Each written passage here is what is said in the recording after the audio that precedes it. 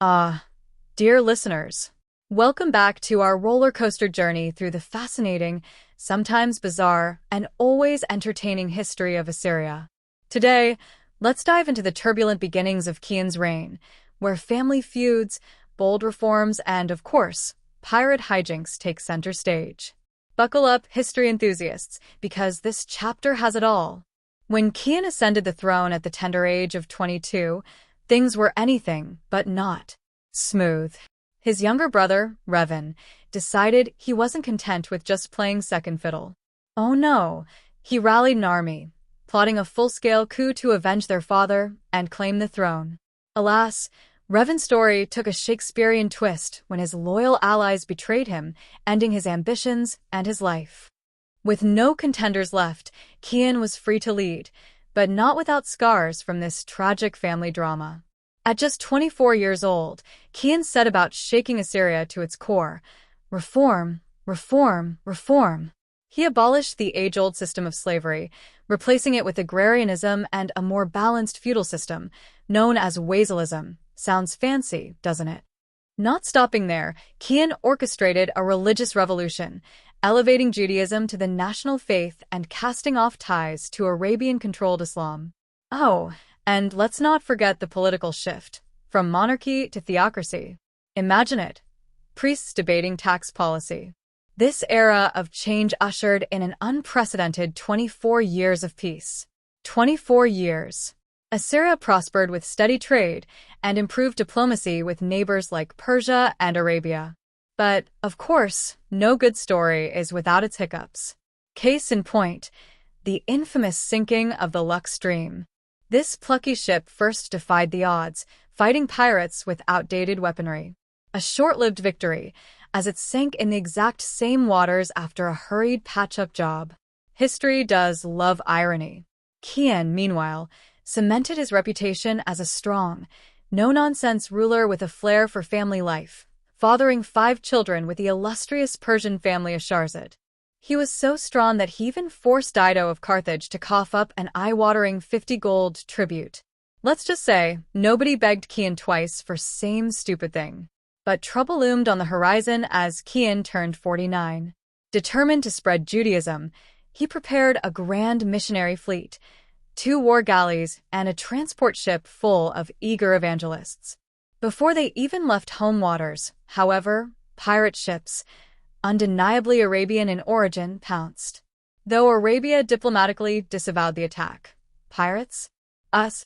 Never. The mission was forced to retreat. Kian's fiery letter to Arabia met only with evasive denials and diplomatic finger-pointing. And so, the golden age of peace gave way to old, familiar troubles. The specter of piracy was back.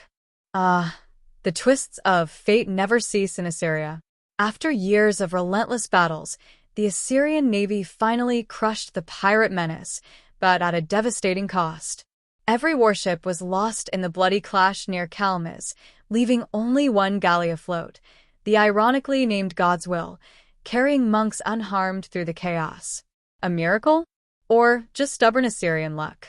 King Kian's reign ended peacefully at 65, but his death sparked chaos. His eldest son, Ashur-Nasir, was expected to take the throne, yet power slipped to Esarhaddon, a cunning rabbi and husband to Kian's second daughter, Ishtar-Belti. With wit and faith, Ezra turned the royal court in his favor, shocking everyone as he became Assyria's first ruler chosen by influence, not birthright. And so, a new chapter begins, with faith and ambition steering the ship. What lies ahead? Only time will tell. Under the rule of Rabbi Esarhaddon, Assyria found itself slipping into stagnation. For a decade, his governance, while steady, lacked the vitality needed to restore the kingdom's glory. When Ezra passed away, power fell to his widow, Ishtar-Belti, who ruled with determination despite facing significant challenges. Her only heir, a mentally impaired daughter named Arisha, endearingly called Iri, was deemed unfit to govern, leaving the royal line uncertain. Fate took a curious turn when German Drahmins, sleek warships testing their mettle on Assyrian waters, inadvertently brought new hope. Their presence provided security, experience for their crews, and unexpected diplomatic opportunities. Ishtar seized the chance to strengthen ties with a powerful German kingdom, ultimately arranging the marriage of her youngest sister, Ninlil, to the German king.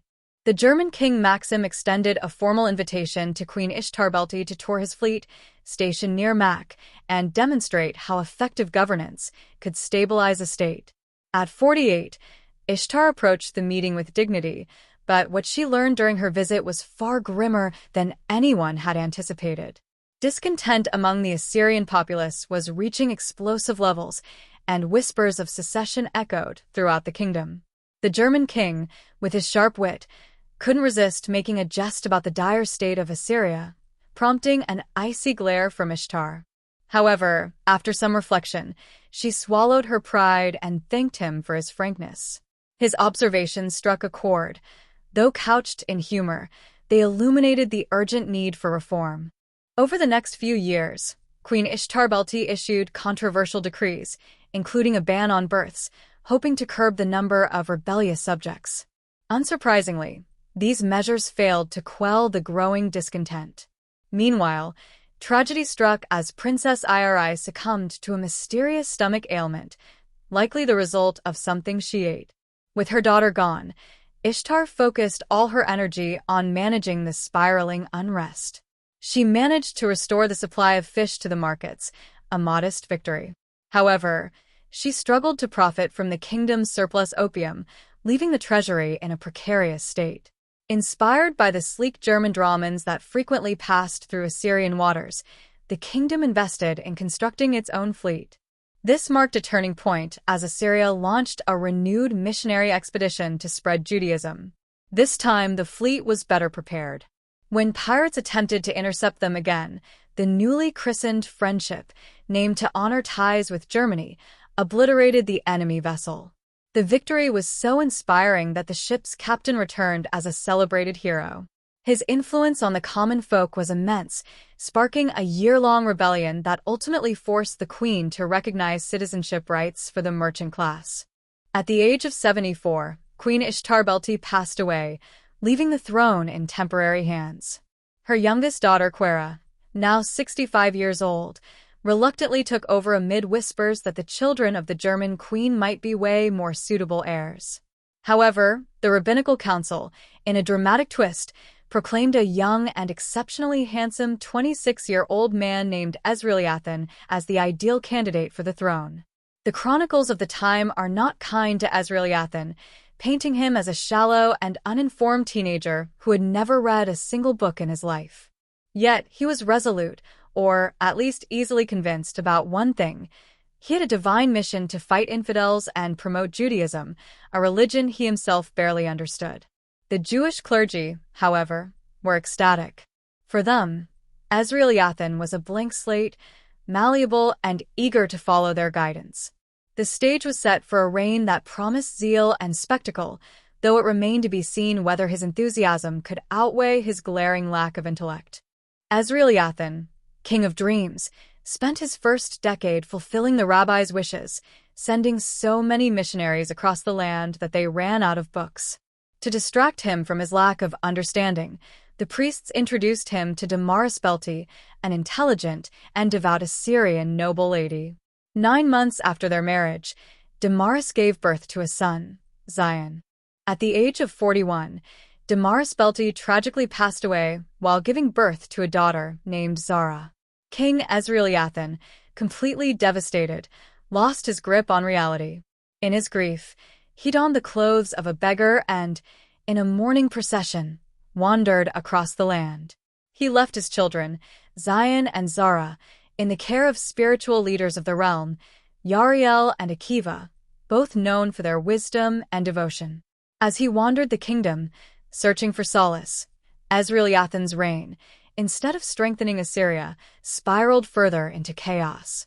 At the age of 53, King Ezreal, known as the Beautiful, died in Kalmas from malnutrition, a fittingly tragic end for a king who had been consumed by his own obsessions. His son, the barely 13-year-old Zion, ascended to the throne. Though young, He was surrounded by a group of influential rabbis who held the true power behind the throne.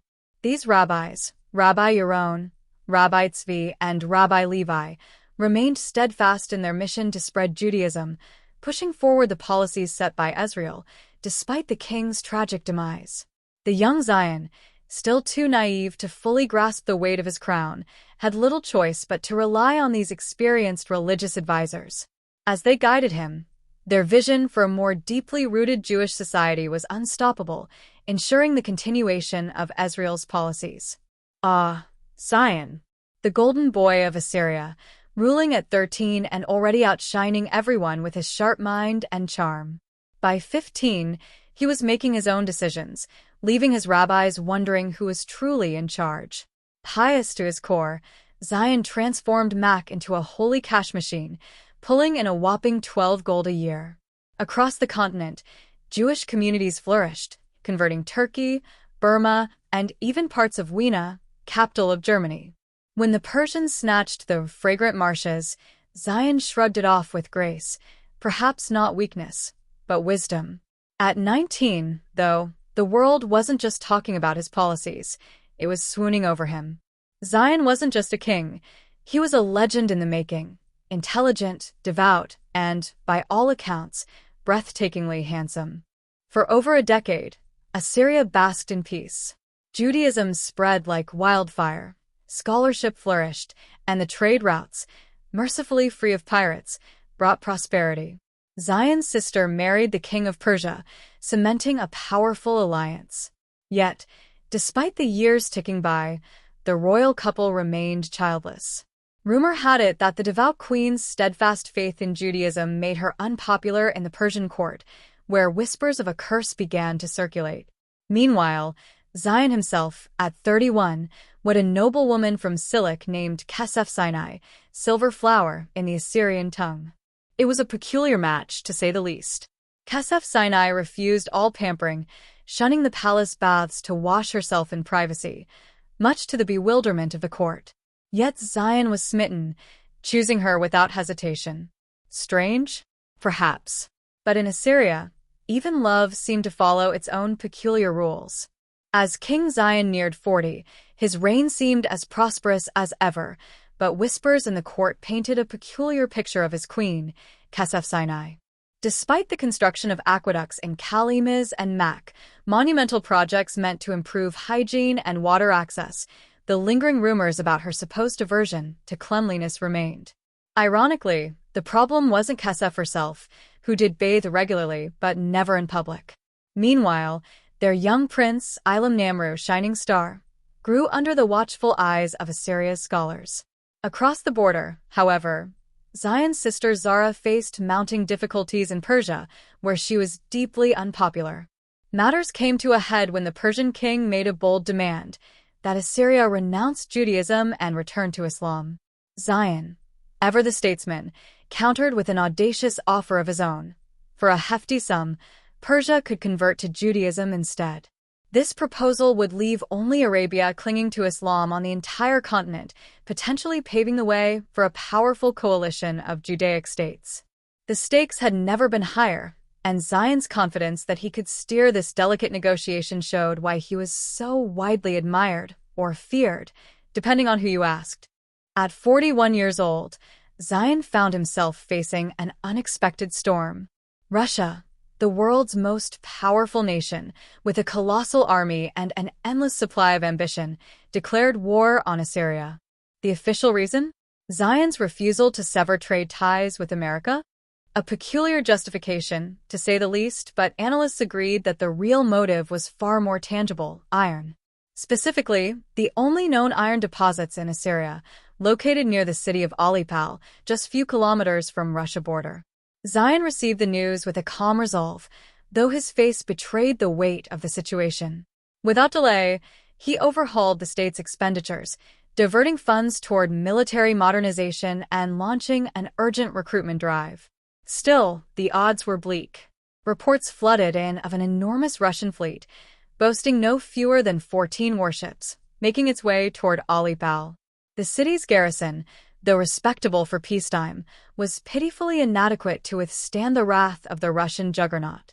The residents of Alipal, understanding the gravity of their predicament, sprang into action. Walls began to rise at a frantic pace. Zion, realizing Assyria stood alone, made a shocking move. He abolished the theocracy, establishing an absolute monarchy to take full control. In a desperate bid to prepare for war, he reinstated slavery, a practice abandoned generations ago, to speed up army production. The nation barely grasped what had happened. Even the rabbinical council took days to realize their authority was gone. When they protested, Zion silenced them. Faith may guide us, but war demands a king. With cities in overdrive and soldiers training at every corner, Assyria braced for the inevitable clash with mighty Russia. The Russian forces, in a calculated first move, cut off Assyria's sole iron supply, crippling Zion's ability to produce quality troops. The assault on Alipal was swift and merciless, overwhelming the city's defenders in a mere 3 hours. Russian forces didn't even bother deploying cavalry. Same moment, Alipal faced a blockade, plunging it into famine.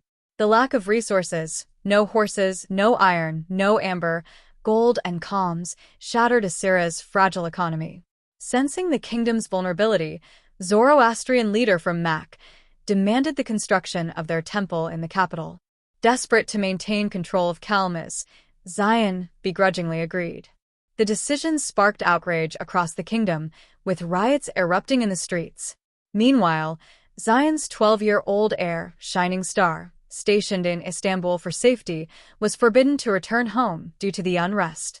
Opportunistic Turkish merchants saw their chance, lavishing the boy with gifts and promises, laying the groundwork to influence the future of the Assyrian throne.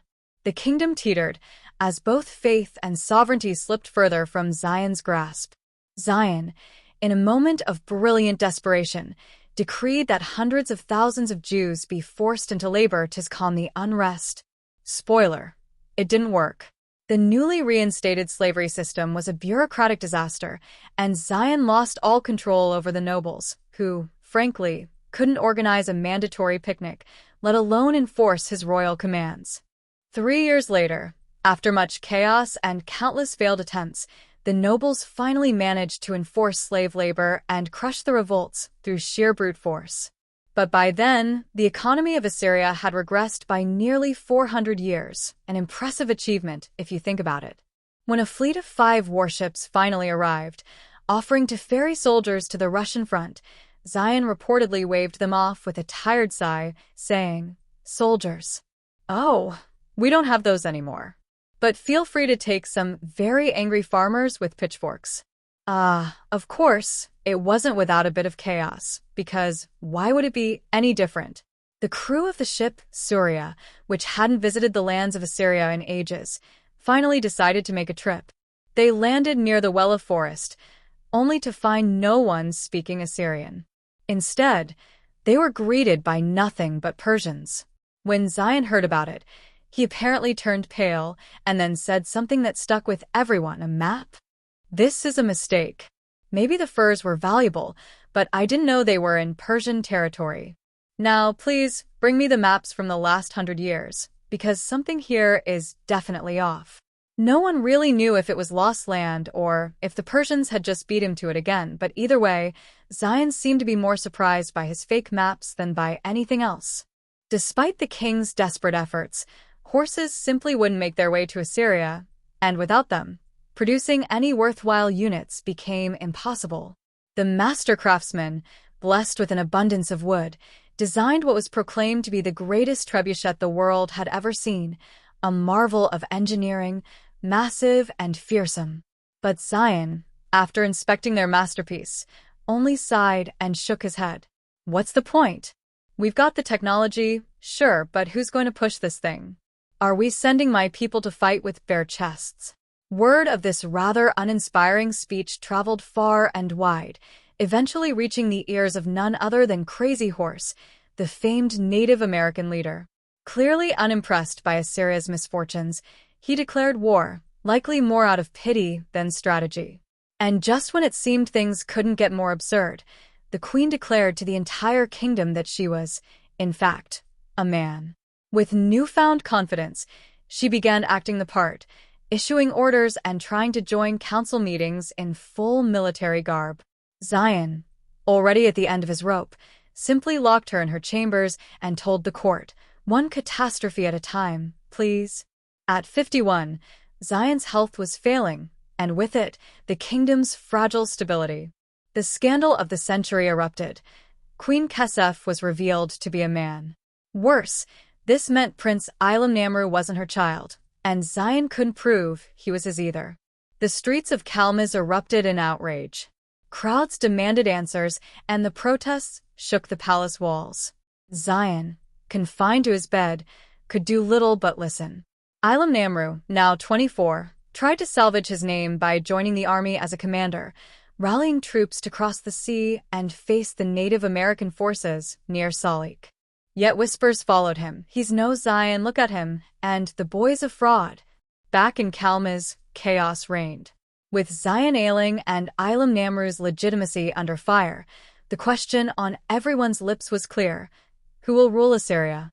2 years later, the fortress city of Sarpal fell to an unprecedented wave of Russian cavalry, storming across the sea like an unholy tide. The defenders fought valiantly, slaying at least 30,000 of the famed Russian heavy horsemen, but even their heroics couldn't save the city. After 6 relentless hours of battle, Sarpal was no more. Meanwhile, back in Kalmaz, scandal struck the palace yet again.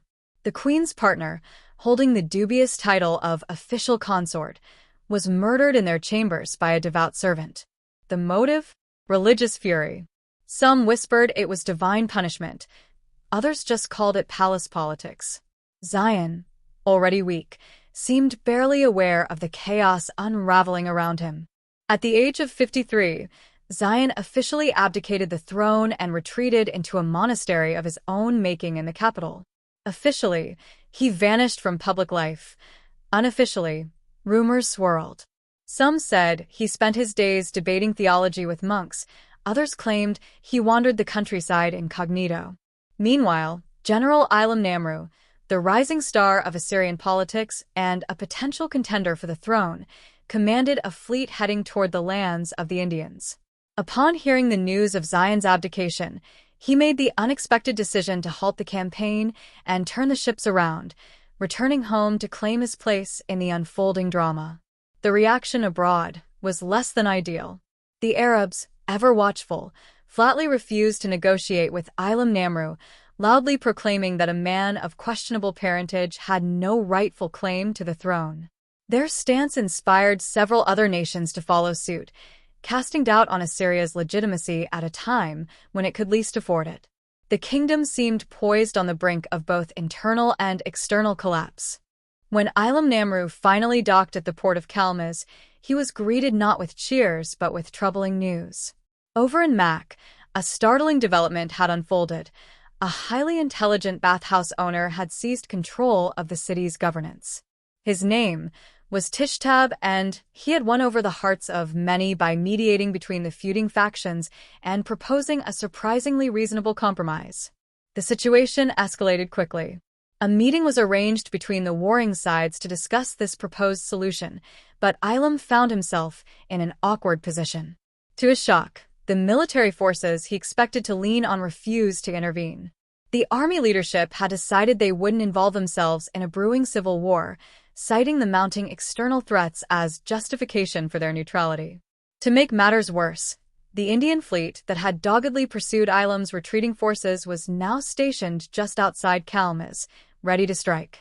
Based on the timeline of events, Ilum-Namru had 30 years old, having spent the last 6 years grappling with the increasingly fractured state of Assyria. The situation had grown dire. Tishtab, the charismatic bathhouse owner who had once seemed poised to unite the kingdom, met a grim end, stabbed under mysterious circumstances. Meanwhile, the Indian fleet continued to haunt Assyria's waters. In a fierce skirmish, they managed to sink 2 Assyrian ships while losing one of their own. Despite their tactical advantage, the Indians withdrew to Kalmaz for urgent repairs, giving Assyria a fleeting moment of respite. Despite the lack of any viable rival, Ilum's claim to leadership was tenuous at best. Assyria had effectively splintered, with each city ruling itself as an independent state, ignoring the central authority. The standoff in Kalmyz had reached a boiling point as Indian ships successfully blockaded the city's food supplies. In a desperate move to prove his worth as a ruler, Ilum-Namru issued an ultimatum. With 3 Assyrian ships, he would destroy the 2 Indian vessels holding the city hostage. If victorious, he demanded formal recognition as the rightful king of Assyria. The plan seemed foolproof. The Indian ships were outnumbered, and one of them was seriously damaged, and Assyria's forces had every reason to triumph. Yet fate had other plans. In a cruel twist of irony, Ilum's flagship was the first to sink, struck squarely by enemy fire within minutes of the battle's start. Though his remaining 2 ships managed to sink the Indian vessels and break the blockade, the victory came at a devastating cost. Assyria was left leaderless once again. Assyria is, in the words of a particularly cynical historian, a kingdom held together by duct tape and prayers. With Russia's army looming at 5 times its size, no clear successor to the throne, cities teetering on the edge of rebellion, and an economy that looks like it's been trampled by war elephants, the nation is a masterpiece of dysfunction. If survival were an art form, Assyria might just win the first prize for now.